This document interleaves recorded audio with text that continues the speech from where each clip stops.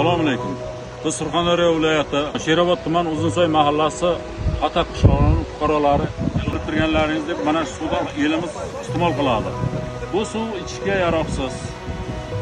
Molimiz ham ichadi bundan, qo'y ham surib qo'ylar ham ichadi. Bu itlar ham ichadi. Yuvin chayinimiz ham hammasi mana shu suvdan.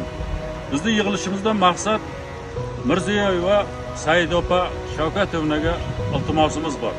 Bizning xalqimizda mana shu toza ichimlik suvi bilan ta'minlashlarini elimiz nomidan so'raymiz.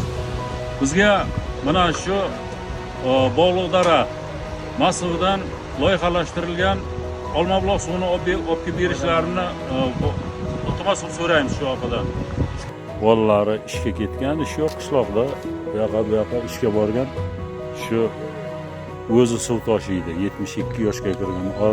Masofa 10 kilometrdan uzoqdan borib suv olib keladi.